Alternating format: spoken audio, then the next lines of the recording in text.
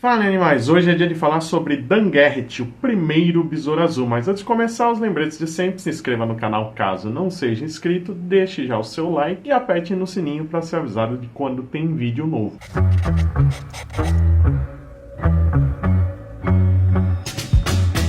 Muita gente conhece o Ted Kord ou o Jamie Rice, mas eles não são, nenhum deles, o primeiro Besouro Azul. O primeiro foi Dan Garrett com T-Só, que surgiu em Mystery Man Comics número 1, de 1939, publicado pela Fox Syndicate. O personagem foi criado por Charles Nicholas, que é uma coisa que causa grande confusão, porque Charles Nicholas não existe. Era um pseudônimo usado por vários autores, incluindo Chuck Cuideira, o Rei Jack Kirby, Charles Wachowski.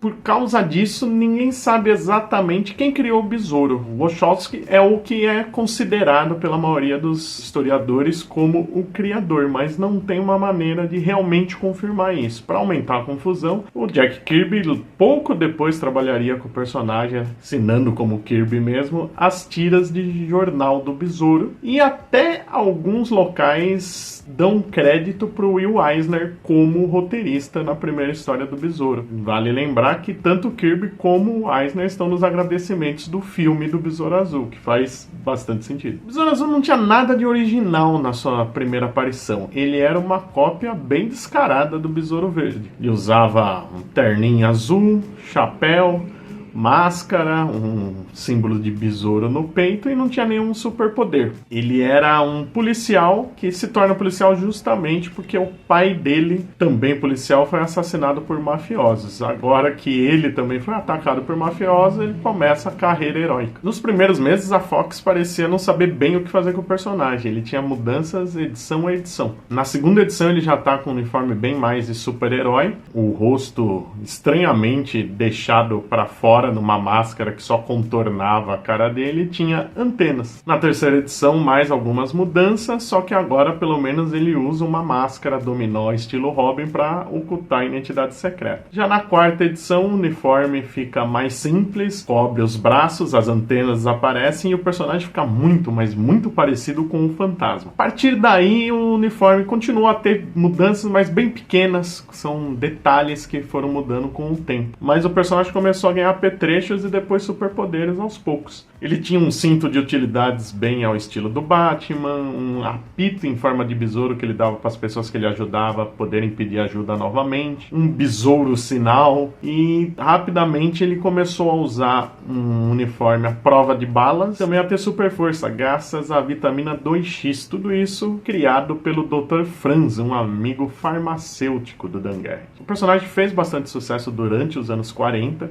teve até um parceiro mirim, o Spark, teve programa de rádio, mas o problema é que a Fox não ia muito bem das pernas. A empresa enfrentava dívidas, um suposto envolvimento com a máfia, então ela acabou licenciando o Dan para várias editoras, que na maior parte do tempo só faziam republicações. Na década de 50, com o declínio dos heróis, o Dan acabou sumindo. Ele acabou depois vendido para Charlton Comics, que nos anos 50 também fez algumas republicações, mas em 1964 decidiu reformular totalmente o Dan Garrett, que aí passou a ter 2 T's. Nessa versão, Dan Garrett era um arqueólogo que no Egito encontra um escaravelho mágico na tumba do faraó Khafre. Ele tem uma visão, então, dizendo que ele foi escolhido para ser o campeão da humanidade, e a partir de então, sempre que ele gritava Kajida, ele ganhava superpoderes, voo, super força, poder de disparar raios dos olhos e das mãos. No fim, novamente, ele parecia uma cópia, só que agora do Capitão Marvel. Essa versão não deu muito certo, teve pouquíssimas histórias, e em 1966 a Charlton deu fim à carreira do Dan Garrett como protagonista. Isso porque ela introduziu o Ted Kord, um novo Besouro Azul, que não tinha nenhum poder, mas era cheio de apetrechos tecnológicos. Logo que o Ted surge, a gente não sabe direito o que aconteceu com o Dan Garrett, que volta a ter um T-Só, mas logo se desenvolve a história de origem do Ted, que envolve o Dan. O Ted tinha um tio, o Charles Kord, que era um cientista louco, e para deter ele, o Ted foi pedir ajuda de um velho amigo, o professor e arqueólogo Dan Garrett. Só que quando eles vão investigar a Ilha Pago, onde fica a base do Charves, o Dan tem que entrar em ação, vira o Besouro Azul, mas acaba morrendo em combate contra os robôs criados pelo Charves. Antes de morrer, o Dan pede pro Ted que ele mantenha o segredo da identidade secreta dele e dê seguimento ao legado do Besouro Azul. O que o Ted faz, mesmo sem o Escaravelho, por isso que ele recorre à tecnologia. Na década de 80, a DC comprou os personagens da Charlton e o Ted e o Dan passaram a fazer parte do universo DC, basicamente sem alterações em suas origens, embora o Dan Garrett, de novo, ficou com 2 textos. Estou cansado dessa agonia de ficar rico, ficar pobre, ficar rico, ficar pobre. Dessa vez para sempre, vai entender por que mudaram tanto isso. Nos anos 80, o Ted Kord teve uma revista mensal na DC e no meio dela o